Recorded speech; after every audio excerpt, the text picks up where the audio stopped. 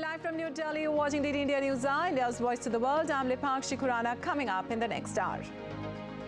India's Prime Minister Narendra Modi is likely to reply to motion of thanks on presidential address in the lower house of parliament.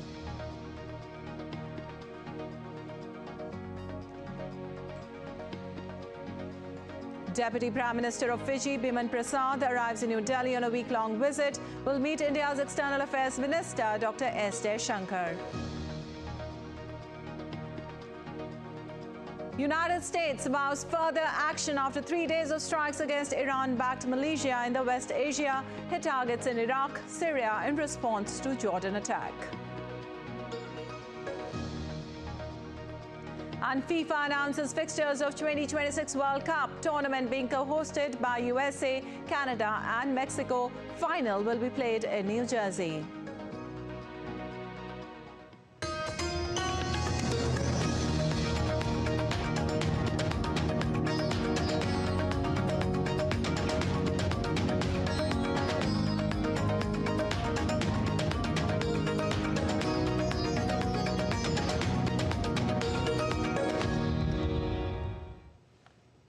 And on to details now. India's Prime Minister Narendra Modi is likely to address the Lok Sabha, the lower house of the Indian Parliament, on Monday. In response to last week's address by the President of India, Draupadi Murmu, during the opening of the budget session.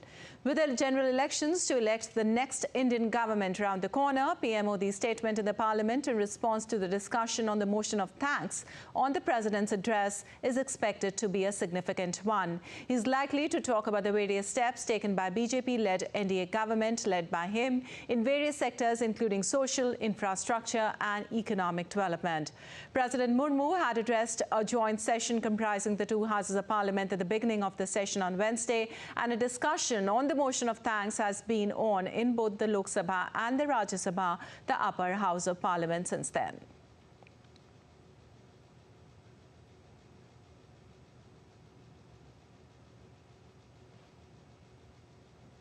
And India's correspondent Vikas Sarthi joins us for more. Well, Vikas, PM Modi is likely to address the Lok Sabha today. What else is lined up? Right, Lipakshi, Prime Minister is expected to give a detailed reply on this motion of thanks in the evening at around 5 p.m. or 7 p.m. It is expected that Prime Minister will give a detailed reply on this whole debate. Some of the opposition MPs raised issues, and some, in fact, made a very scathing attack on the government policy. So we expect that Prime Minister will reply point by point on all those issues which were raised by particularly opposition MPs. Apart from it, Lipakshi, today in the Lok Sabha, a bill related to preventing the unethical means or unfair means in the central government employment related examinations is likely to be introduced by Minister Dr. Jitendra Singh. Now, this bill aims to stop these kind of practices which we have been witnessing for several decades now. Like just before the examination, papers got leaked. In some cases, it was found that there was reports of use of unfair means in those examinations, and to curb all these practices, now this bill will give a detailed guideline that how to stop these practices. In fact, 20 such acts have been identified as offences in this particular bill, and in fact it proposes that any person which is found guilty of those practices can be punished for an imprisonment of 10 years, and can be fined up to 1 crore rupees. So this bill is likely to be introduced today itself, and what we saw on the last working day on Friday, we saw that number of MPs put their point on the President's address, and in fact Lok Sabha worked till 9 p.m. To accommodate all member of parliaments, and today some MPs will give their view, will address the House, and later in the evening Prime Minister will give a detailed reply. Well, as you said, the discussion has been on in the motion of thanks in both the Lok Sabha and the Rajya Sabha. Can you tell us more about that?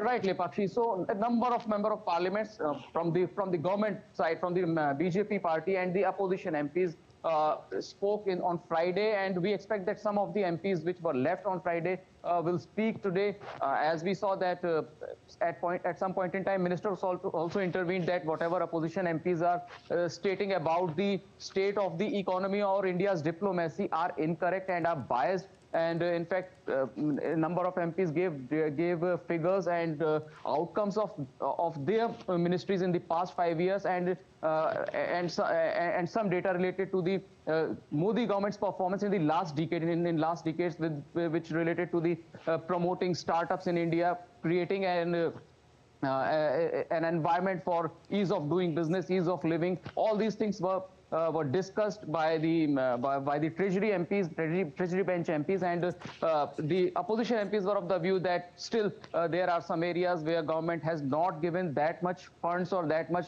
attention which was expected. So all these allegations, counter allegations, we saw during the previous discussion. But when Prime Minister will give a detailed reply, you will get all those figures, all those initiatives which were started by the Modi government since 2014. Again, the achievements will be discussed in the parliament, and we expect that it is going to be a lengthy reply since we are in an election year, and Prime Minister will give a kind of report card, you can say, kind of report card what his government has done in the past decade. All right, all eyes on the Prime Minister's reply today in the evening. Thank you so much for that information, Vikas. And moving on, the Deputy Prime Minister of Fiji, Prasad, arrived here in Delhi on a week-long visit to India. During his visit, the visiting dignitary will meet India's External Affairs Minister, Dr. S. Jaishankar. He will also meet the Minister of State for External Affairs and Education, Rajkumar Ranjan Singh. The Fiji Deputy PM will also visit Goa to participate in a program. He's also scheduled to visit Ayodhya on the 8th of February. The Deputy PM of Fiji, who also serves as the Minister of Finance, Strategic Planning, National Development and Statistics for his country, is the first foreign leader to visit Ayodhya after the Pran Pratishtha ceremony on the 22nd of January.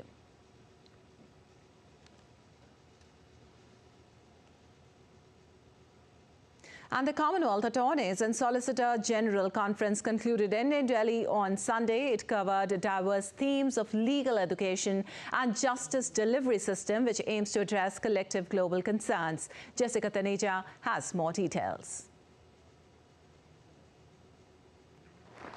In today's changing world, middle powers are gaining ground, and the need for nations to unite for strengthened justice delivery has become increasingly important. Attorney generals and solicitors from Commonwealth nations in Asia Pacific, Africa and the Caribbean, with international delegations, gathered in New Delhi to develop a roadmap for legal education and transnational justice challenges. From cooperation in air and maritime traffic control to expanding collaboration in investigation and justice delivery systems, Commonwealth nations play a crucial role in navigating multipolarity in the complex geopolitical landscape. Emphasizing on the challenges from the rise of cryptocurrency and cyber threats, the Indian Prime Minister said the economic crimes funding activities across regions needs to be curbed. 21st century challenges cannot be fought with a 20th century approach. There is a need to rethink, reimagine, and reform. This includes modernizing legal systems that deliver justice. While India's President Draupadi Murmu drew attention to cross-border challenges where India could play a crucial role in strengthening justice delivery mechanisms. India is not only the biggest democracy, but history shows that it is also the oldest democracy. With that rich and long democratic heritage, we can offer our learning in justice delivery in modern times.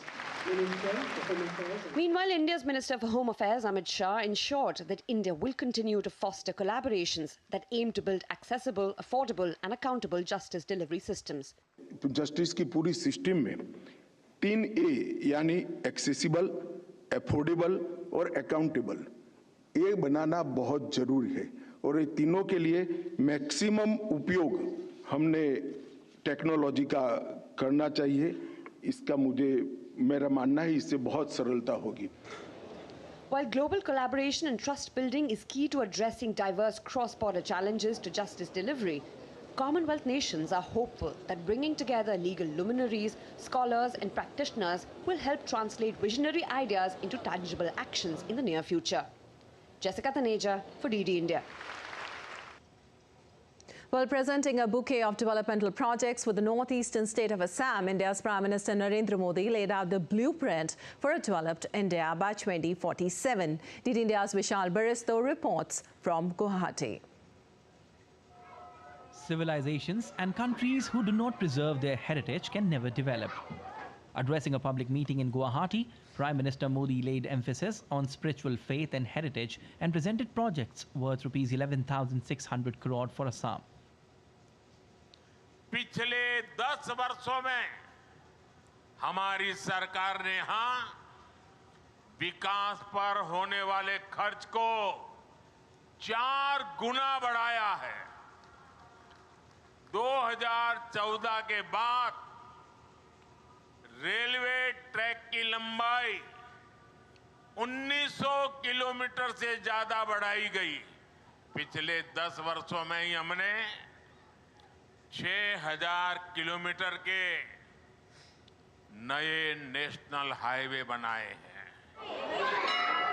PM Modi said that the pilgrimage sites have become an integral part of tourism.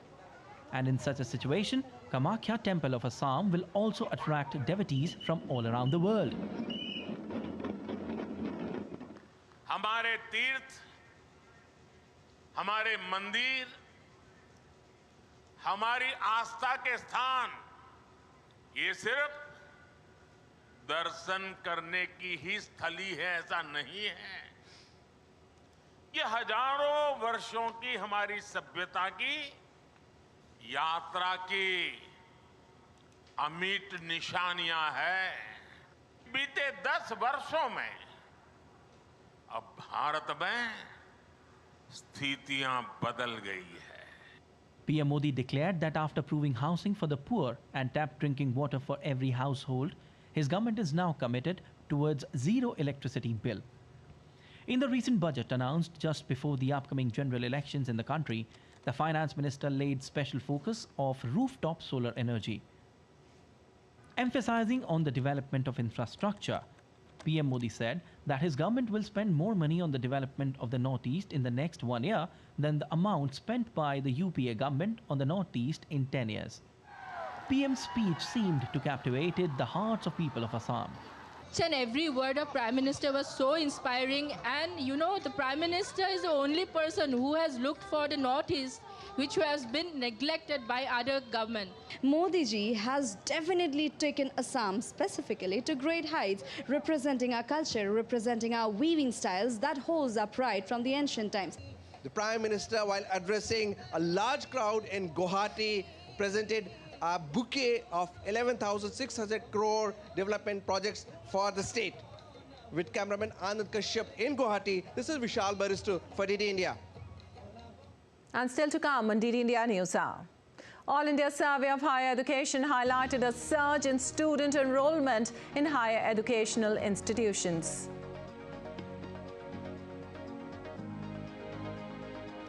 We'll give you a glimpse of the bygone era as vintage car and bikes take to the streets of India's Kolkata city. And a treat to the eyes, fresh spell of snowfall continues in India's Gulmarg.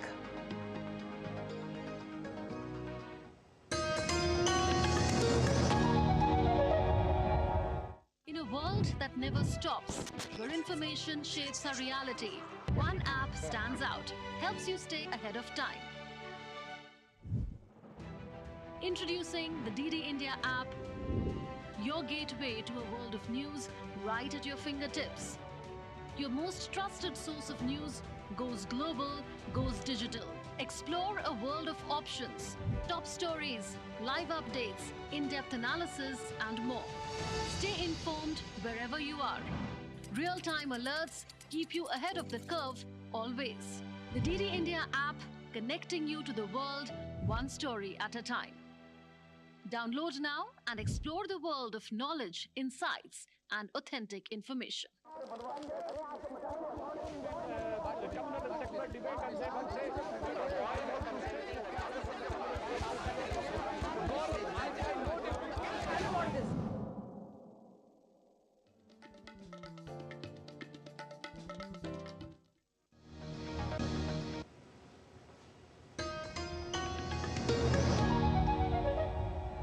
Welcome back. You're watching DD India News. I'm Lipakshi Khurana. Moving on, the Assembly of Eastern Indian State of Jharkhand will witness the crucial floor test of the newly formed Champai Soren government. Earlier, Jharkhand Mukti Morcha leader Hemant Soren was arrested by Enforcement Directorate in land fraud case, necessitating another senior GMM leader, Champai Soren, to take over. This is not the first time the GMM is facing a floor test. In September 2022, Hemant Soren's government won a majority test with 48 votes in his favor. Meanwhile, the special Ranchi court has allowed former Jharkhand CM Hemant Soren to take part in floor test. He is currently in ED's custody.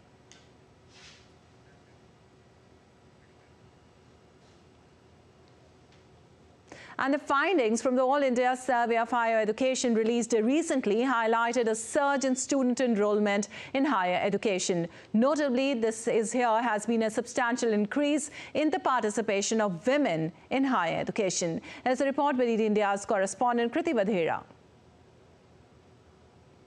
India has a publicly funded higher education system that is the third largest in the world.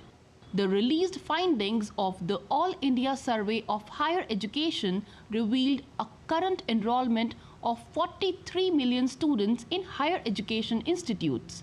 This signifies a notable upswing in enrollment over the past decade. Female enrollment in higher education has gone up by 28% in 10 years. In STEM courses, girls and women constitute 43% of enrollment, one of the highest in the world. The survey encompasses the overall student enrollment across 8 distinct levels, including undergraduate, postgraduate, PhD, MPhil, PG diploma, certificate, and integrated programs.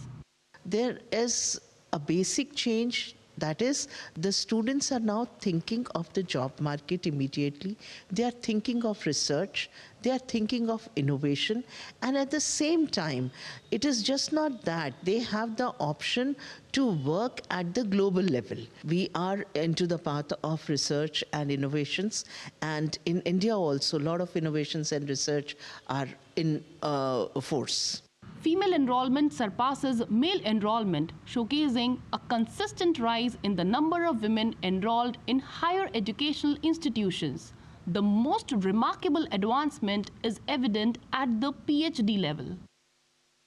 Number of universities and colleges are opened, and not only just opening the university and colleges, the number of seats in that colleges and universities increased, and because of this the student female candidates are basically getting more accurate atmosphere so that they can enroll in the higher education and the higher universities. India's education system is steadily advancing, and the role of women is pivotal in country's journey towards becoming a developed nation by 2047. With camera person Lalit, I'm Kriti Vadhera reporting from New Delhi for DD India. Well, school and higher education departments under Ministry of Education received an increased budgetary allocation in the interim budget. Budget positions India for incremental all-round development across the sectors. Here's a report. In these 10 years, the budget allocation to Ministry of Education for the financial year 2024-25 is more than 734 million, which is the highest ever for the Department of School Education and Literacy. There has been an overall increase of 120 million in funds allocated to this department. While presenting the interim budget, Finance Minister Nirmala Sitharaman highlighted the government's unwavering commitment to empowering the youth, notably the Amrit PD, which is the youth of the nation. Empowering the Amrit PD, the Yuva. Our prosperity depends on adequately equipping and empowering the youth. The National Education Policy 2020 is ushering the transformational reforms. PM Schools for Rising India, PM Shri, are delivering quality teaching and nurturing holistic and well-rounded individuals. The PM Shri initiative was notably mentioned as it is ensuring the delivery of high-quality education, while the Skill India mission has successfully trained more than 10 million youth, upskilled and reskilled more than 5 million individuals, and established 3,000 new industrial training institutes. Biggest announcement of this budget is the Jai Anusandhan scheme, for which 1,000 billion has been announced as a corpus fund to promote research in academics. National Mission in Education through ICT targets to empower students digitally with 800 million increment in budget. Multidisciplinary education and research improvement in technical education got a 100% increase in budget for this year. Establishment of 3 centers of excellence in artificial intelligence was a big announcement with an allocation of 2,550 million for this year's budget. With this budget, India will pave the way for a golden era of research, innovation and entrepreneurship led by India's talented youth power. Kriti Vadhera for DD India. Well, Indian government has also announced the inclusion of ASHA and Anganwadi workers and helpers within the Ayushman Bharat scheme. In other words, the Pradhan Mantri Jan Arogya Yojana. This means that the ASHA workers, Anganwadi workers and their families will now also be able to benefit from free treatment and healthcare related services. Here's presenting this special report.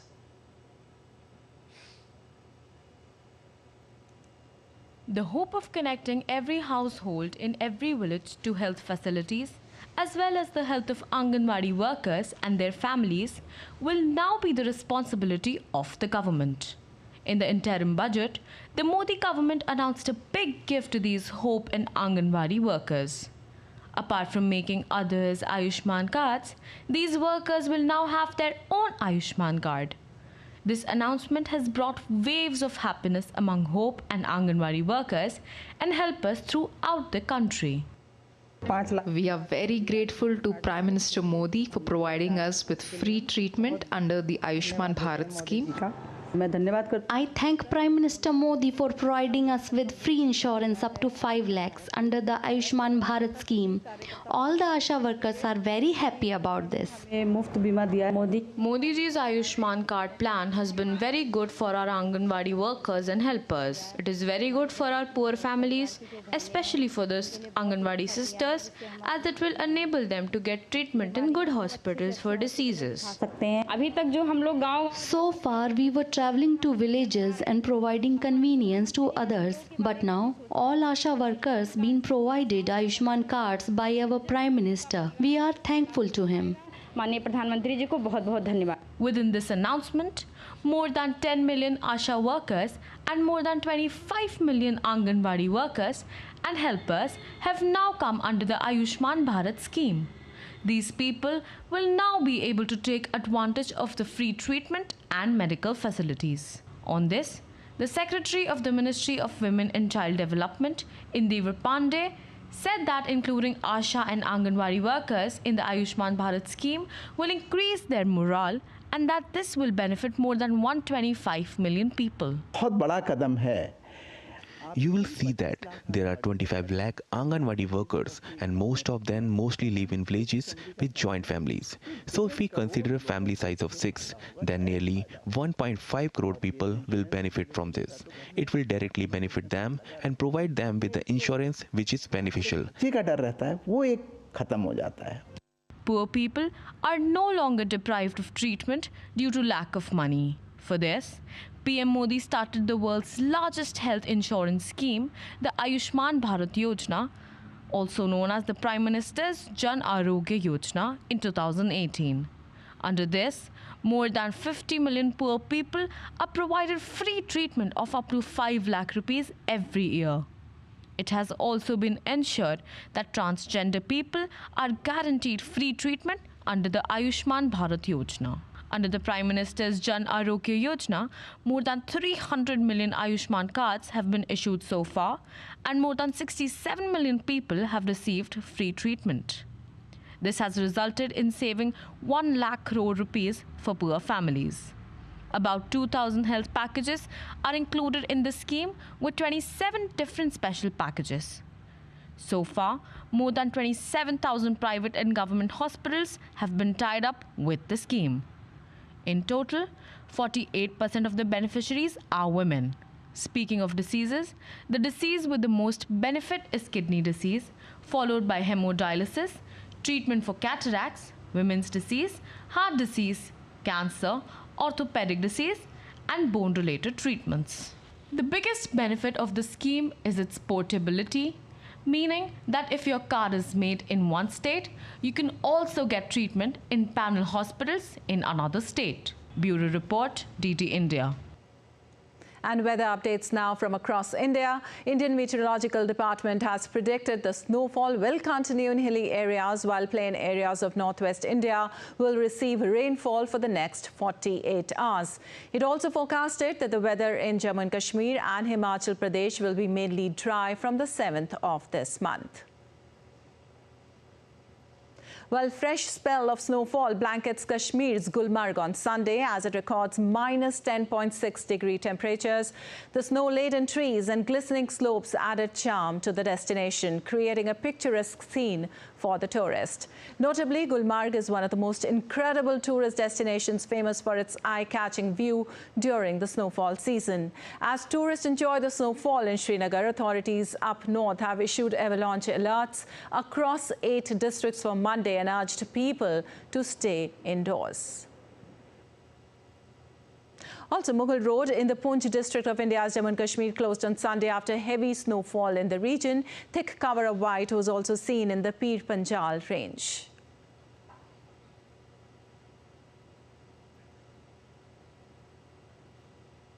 And for more on this, we have our correspondent Shabir Dar joining us. Well, Shabir, a long-awaited snowfall this time. How happy are the tourists there?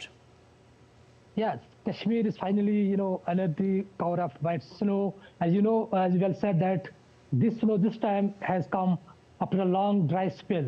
And when, from last Sunday till, yesterday Sunday, when we saw the Kashmir receiving the enough snow, it has brought cheer and glee on the face of people. Not only people, but even to the tourists who have come here, to enjoy the winter. We saw on Sunday when entire Kashmir, including the tourist spots like Gulmarg, Pahalgam, and other places, received, sufficient snowfall.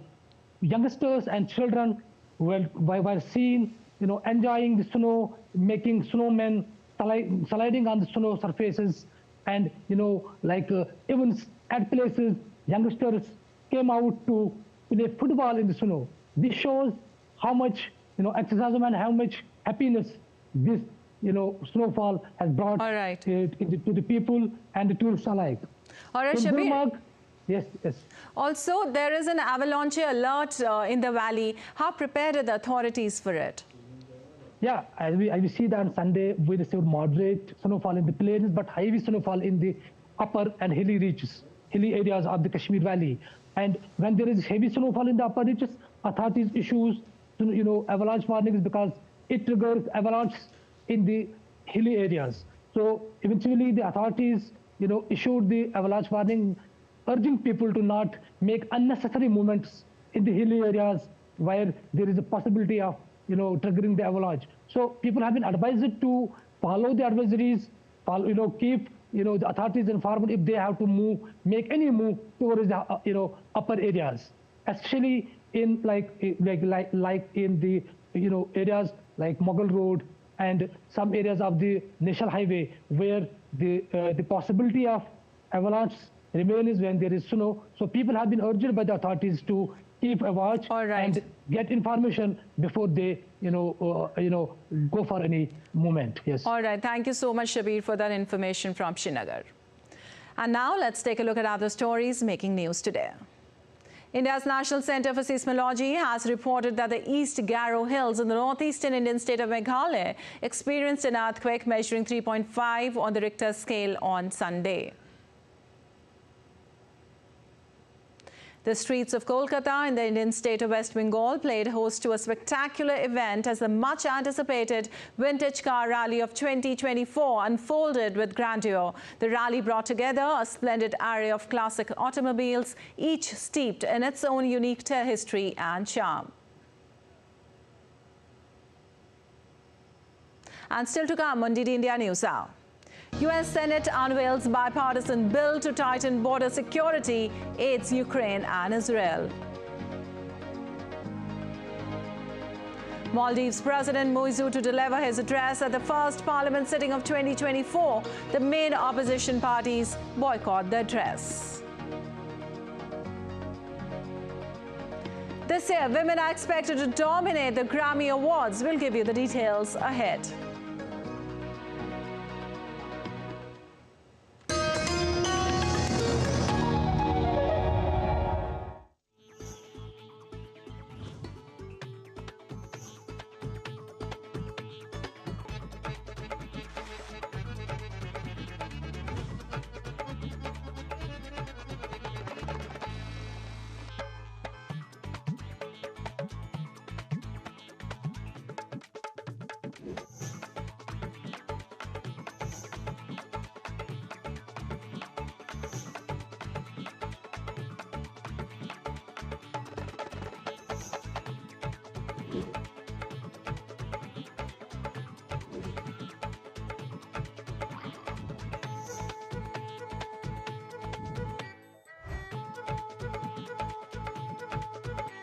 Welcome to Jaipur.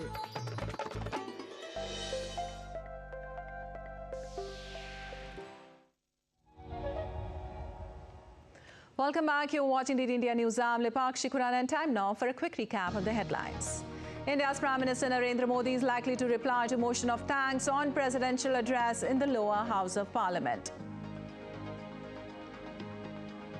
Deputy Prime Minister of Fiji, Prasar, arrives in New Delhi on a week-long visit. Will meet India's External Affairs Minister, Dr. S. Shankar. United States vows further action after 3 days of strikes against Iran-backed Malaysia and the West Asia hit targets in Iraq, Syria in response to Jordan attack. FIFA announces fixtures of 2026 World Cup, tournament being co-hosted by USA, Canada and Mexico. Final will be played in New Jersey. And moving on, amid the political turmoil continues in Maldives, the island nation's president, Mohamed Muizi, is set to deliver his first address at the first parliament sitting of 2024. Meanwhile, the main opposition parties of Maldives, the Maldivian Democratic Party and the Democrats, have decided to boycott President Muizi's address to the parliament.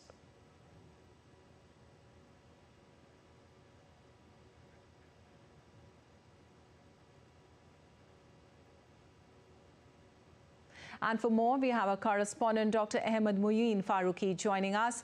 Well, Ahmed, amid Muizu's first address to the parliament, the main opposition parties of Maldives have decided to boycott his address. Can you tell us more as to what major reason do you see behind this?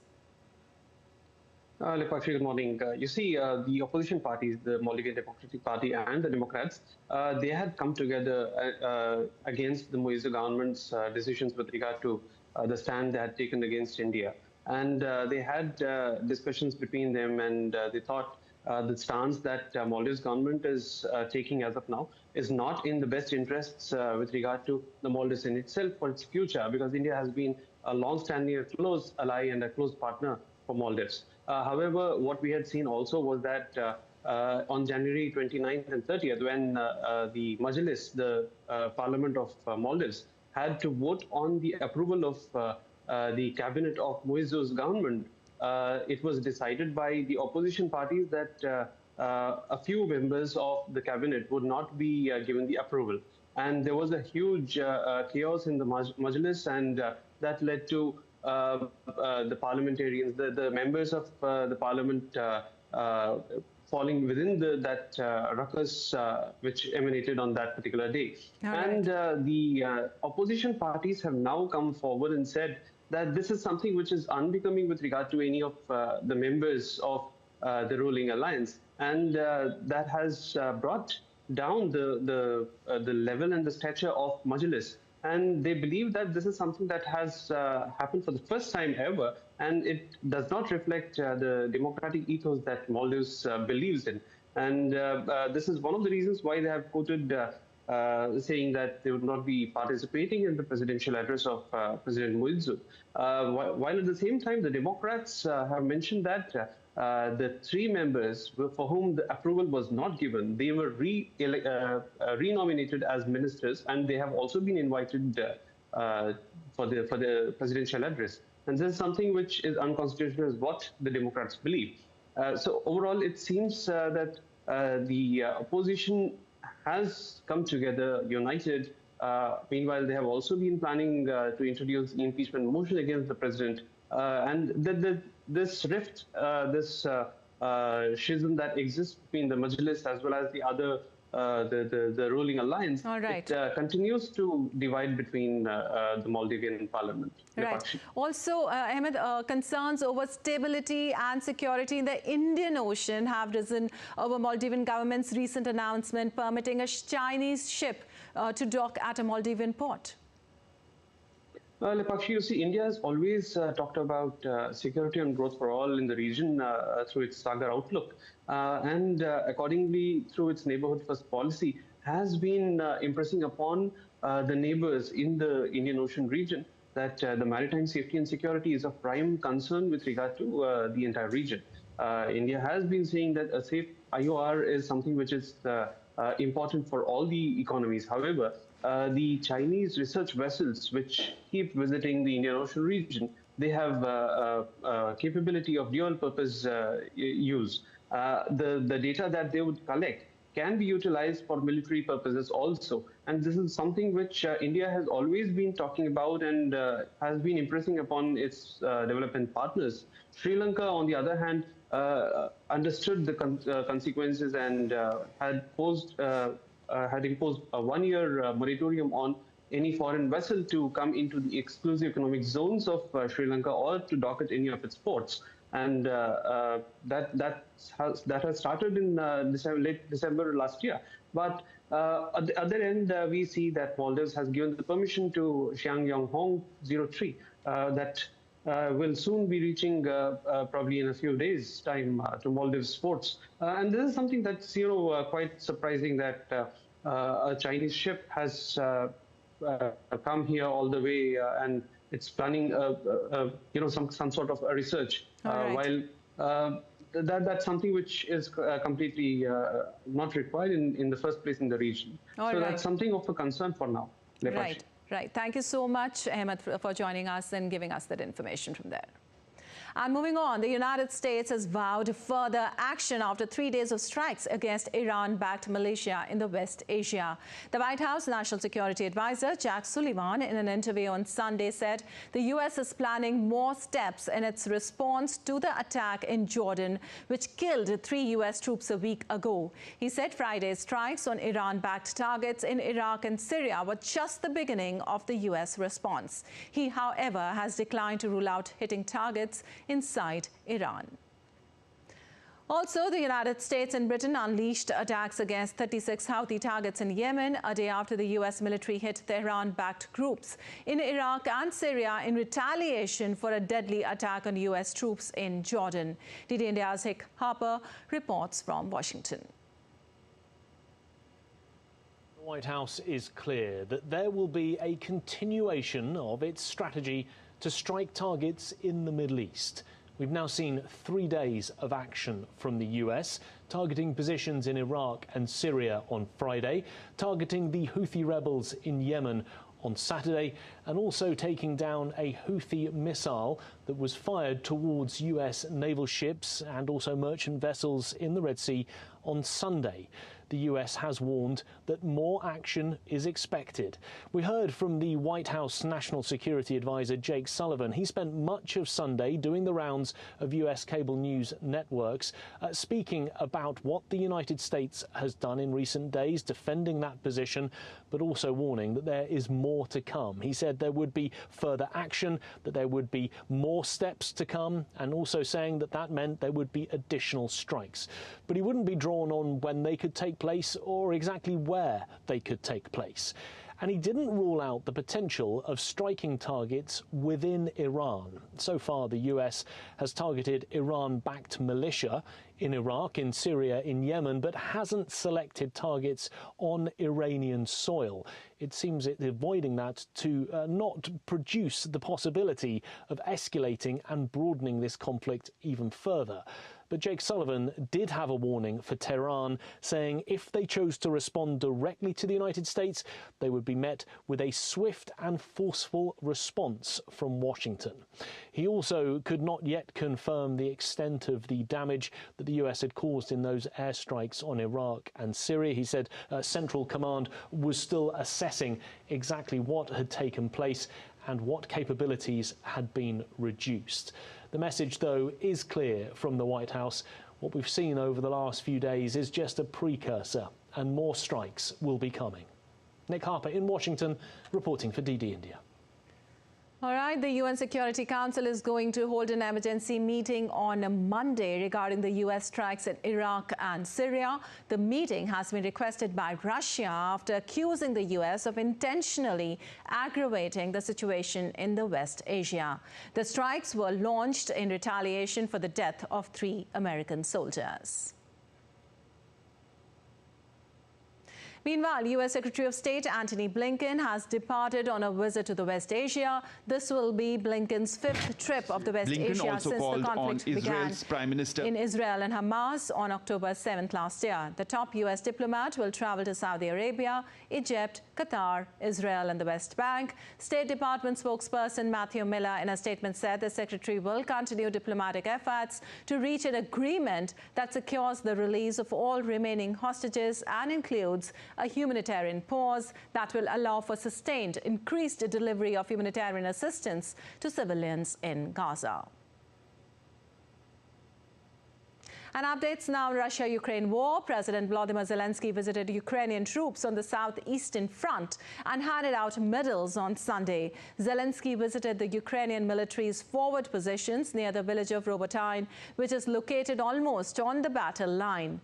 The president's visit to the battle lines came at a time of uncertainty over the fate of Army Chief Valery Zaluzhny.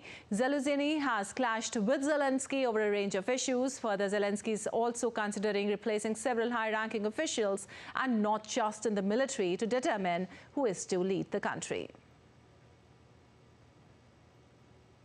Also, the U.S. Senate on Sunday unveiled a $118 billion bipartisan border security bill to tighten border security aid Ukraine and Israel. Senate Majority Leader Chuck Schumer said he would take steps to hold an initial vote on the bill on Wednesday, but faces opposition from both sides of the aisle. In addition to $20.23 billion for border security, the bill included $60.06 billion to support Ukraine in its war with Russia, $14.1 billion in security assistance for Israel, $2.44 billion to U.S. Central Command and the conflict in the Red Sea, and $4.83 billion to support U.S. partners in the Indo-Pacific facing aggression from China, according to figures from U.S. Senator Patty Murray. An additional $10 billion would provide humanitarian assistance for civilians in Gaza, the West Bank and Ukraine, $2.33 billion for Ukrainians displaced by Russia's invasion and other refugees fleeing persecution. Well, the package is the result of months of negotiations, but the measure faces an uncertain future amid opposition by Donald Trump and hardline Republicans. And Texas Governor Greg Abbott vowed to defy the Biden administration and maintain state control of a U.S. border hotspot on Sunday.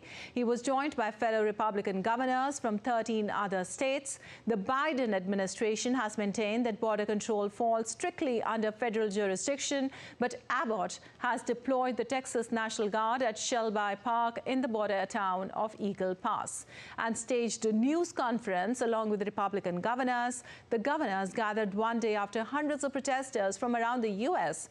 flocked to the Texas border town of Quemado to vent over illegal immigration. Half of the governors of the United States have joined with Texas in our cause to make sure states can do everything possible to secure our border. That we are banding together to fight to ensure that we will be able to maintain our constitutional guarantee that states will be able to defend against any type of imminent danger or an invasion. And US has urged Papua New Guinea to turn down China's offer of a potential security pact. United States Deputy Secretary of State Richard Verma warned the Pacific nation that any security guarantee with Beijing comes with consequences and cost.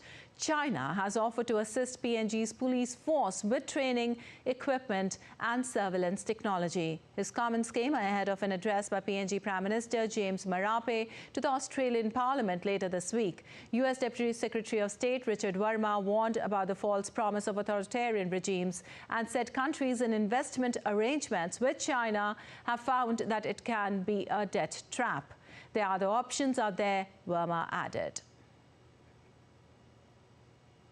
And Senegalese security forces used tear gas to disperse a small crowd that had gathered in the capital Dakar to protest against the postponement of the presidential election. President Macky Sall announced on Saturday the vote would be delayed to an unspecified date due to a dispute over the candidate list. The forces detained presidential candidate Anta Babakar near the protest. Around 200 protesters blocked the roadways of burning tires. Senegal has never delayed a presidential vote. The move has sparked a constitutional crisis and dealt a blow to democracy across West Africa. On the other hand, the presidential elections poll closes in El Salvador, with President Nayib Bukele expected to secure a landslide victory and stay in office for another 5 years. Bukele has declared himself the winner of El Salvador's national elections, claiming he captured more than 85% of the vote, even though electoral officials have not released any results yet. He now appears poised to become the first Salvadoran president in almost a century to be re-elected. Despite a constitutional bar on immediate re-election, voter worries about the economy. Salvadorians appear to have cast their concerns aside and rewarded Bukele for a fierce gang crackdown that improved security in the Central American country. And moving on, Namibia swore in Nangolo Mabuba as interim president following the death of ex-president Hage Geingob from cancer. The interim president was also sworn in as vice president during the ceremony. Nangolo is expected to remain the governing party's candidate for president in polls expected in November. During his speech, Mabuba paid tribute to Geingob and promised to uphold the country's constitution until a new president is elected in the upcoming election at the end of the year. Late Geingob passed away on Sunday after a brief battle with cancer. And President Macron emphasized India's potential as a democratic, demographic, economic and technological power, highlighting its role in the world's transformation on Sunday, saying India will be at the forefront. Macron also underscored France's interest in increasing investments in India.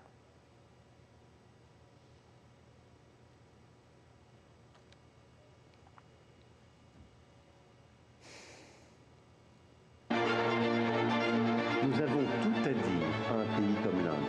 Puissance démocratique, démographique, économique et technologique qui va être au cœur de la réinvention du monde. Énorme. Merci beaucoup.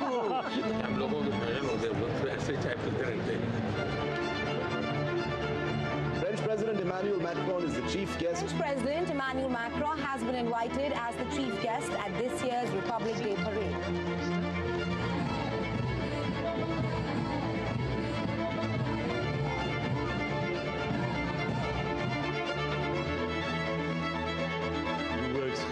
To be part of such an important and unique day.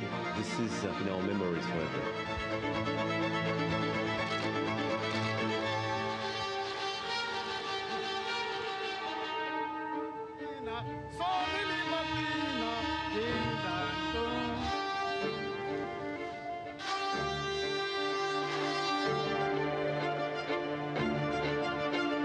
We developed over the past few years a series of cooperations and partnerships in different sectors with your country, and clearly we want to have more and more investment. Even if the relation is very good, we can do much more. Tout va bien?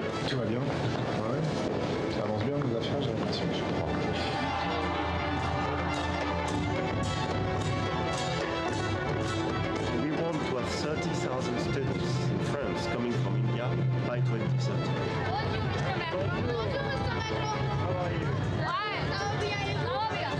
He's the happiest president. Je pense que la France est une formidable porte d'entrée pour l'Europe. Vous disiez que l'Inde vous comprenez beaucoup mieux que les autres pays. En fait, c'est vice-versa aussi. Vous nous comprenez et nous sommes conscientes de l'amitié que vous avez, que c'est toujours avec l'Inde. On est déjà des très bons amis. Comment on peut être les meilleurs amis? Je compte sur vous pour nous aider à convaincre encore plus d'étudiants pour venir en France dans les mois, les années qui viennent. Well, a big win for India at Grammy Awards 2024. Indian music composer and singer Shankar Mahadevan and tabla legend Ustad Zakir Hussein's band Shakti bagged the Best Global Music Album Award for this moment. The group also features guitarist Jock McLaughlin, vocalist Shankar Mahadevan, percussionist V. Selva Ganesh and violinist Ganesh Rajgopalan. This moment is Shakti's first new album in over 45 years. Besides Shakti, India's flautist Rakesh Chaurasia also won 2 awards, Global Music Performance and Contemporary Instrumental Album.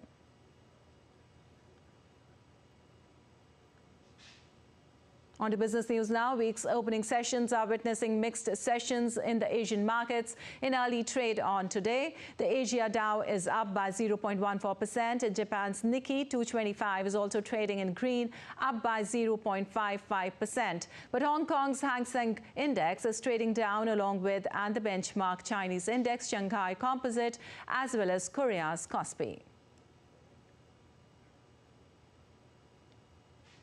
Well, Chile has seen devastating wildfires in Vina del Mar and Valparaiso, 2 popular tourist cities, causing widespread devastation. The area shows scorched neighborhoods and collapsed corrugated iron roofs. Authorities have implemented a 9 p.m. curfew in the hardest hit areas and sent the military to help the firefighters. The state coroner has reported 99 deaths with 32 bodies identified. Chile's President Boric has announced 2 days of national mourning and called for Chile to prepare for more bad news. It's hard to think there are so horrible and heartless people who could be able to inflict so much pain. But if these people exist, we'll search them, we will find them, and they will have to face not only the entire society's rejection, but also the law. We have said it and we repeat it. Today's priority is to save lives, as there are still active fires, assist the injured people, and control the active fires that are now being battled. On the other hand, California is facing another severe weather event as heavy rainfall and hurricane-force winds are predicted to batter most of the state, threatening floods, mudslides and power outages. The National Weather Service issued a rare hurricane-force wind warning for Big Sur and nearby areas. The storm has also put a large swath of Southern California under a high risk of excessive rainfall through Monday. Evacuation orders have been issued in Santa Barbara and Los Angeles counties, while mandatory evacuations are in effect in parts of San Jose and Ventura County. And on to sports now. World Soccer's governing body FIFA announced the schedule for the 2026 World Cup. The final will be held in New Jersey. The 48-team World Cup is being hosted by the United States, Canada and Mexico. It will conclude on the 19th of July. Mexico City's Estadio Azteca will host the opening match of tournament on June 11th, when Mexico will become the first nation to stage the World Cup for a 3rd time. The first match in Canada will be June 12th in Toronto, while the opening game in the United States will be in Los Angeles. Dallas and Atlanta will host the 2 semi-finals. The 2026 World Cup will feature 104 matches instead of the traditional 64 games, including an additional knockout round due to the previously announced decision to expand to 48 teams from 32.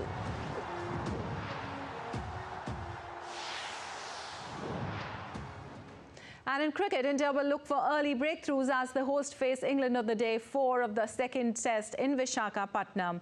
The visitors will resume their innings at 67 for loss of 1 wicket. The tourists lost the wicket of Ben Duckett on day 3 on Sunday. They still need 332 runs to go 2-0 up in the 5-match series.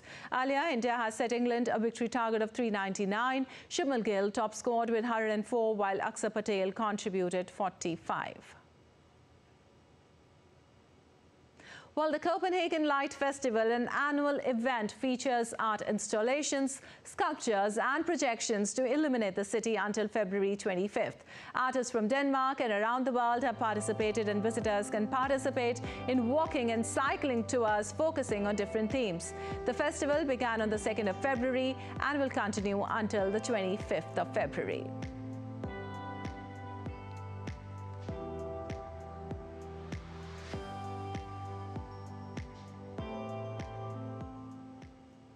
And that's all for this edition of DD India News Hour. But let us know your thoughts on the news of the day. You can connect with us on Facebook, X, formerly known as Twitter, and Instagram.